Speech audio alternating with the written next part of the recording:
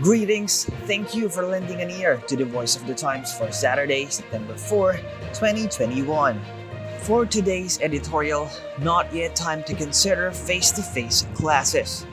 The 2021 to 2022 school year will begin in a little more than a week, and for the second year in a row, elementary and secondary school students will be kept away from classrooms and forced to endure blended learning. The policy has been sharply criticized by many and is indeed problematic in several respects. However, it is still the best option for carrying out schooling at this time amid a pandemic that is still very far from being brought under control. Blended learning is a combination of classes conducted online for students in schools that have reasonably reliable internet access and printed learning modules for other less connected areas. The program was chaotic last year due to the Department of Education or DepEd having to rush it into use, but is expected to go more smoothly this year as DepEd has made more time to prepare for it. Even if the blended learning program is managed as efficiently as possible, there are inevitable detriments to students from not being able to attend in-person classes, as the United Nations Children's Fund or UNICEF stressed on August 25.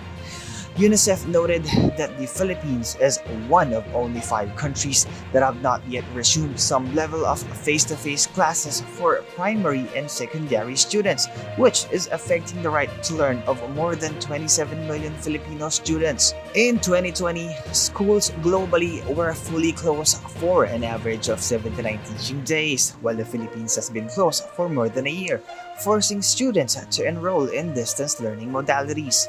The associated consequences of schools closure, learning loss, mental distress, missed vaccinations, and heightened risk of dropout, child labor, and child marriage will be felt by many children, especially the youngest learners in critical development stages, said UNICEF Philippines representative Oyuhan Saikhan Dendebnerov. A World Bank study earlier this year suggested that students affected by the closure of physical classrooms last year could see their potential lifetime earnings reduced by as much as 10%. The reopening of classes is also being aggressively advocated by the National Economic and Development Authority, which is supporting a proposal reportedly being studied by the Interagency Task Force for the Management of Emerging Infectious Diseases to pilot test face-to-face classes in low-risk areas of the country.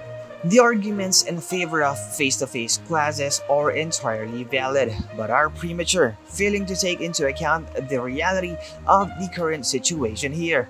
In countries where vaccination rates are very high, schools have reopened with extra safety protocols in place and have so far seen only small increases in the number of COVID-19 infections.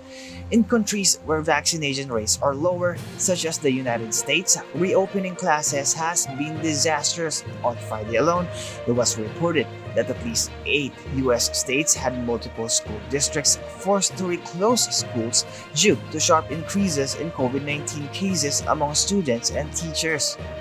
The Philippines has only vaccinated about 12.5% of the population and slightly less than 20% of the government's target of 70 million people as of Friday. None of those vaccinated have included school-aged children as of now, which should be of concern given the evidence that younger people are more susceptible to the now prevalent Delta variant of the coronavirus.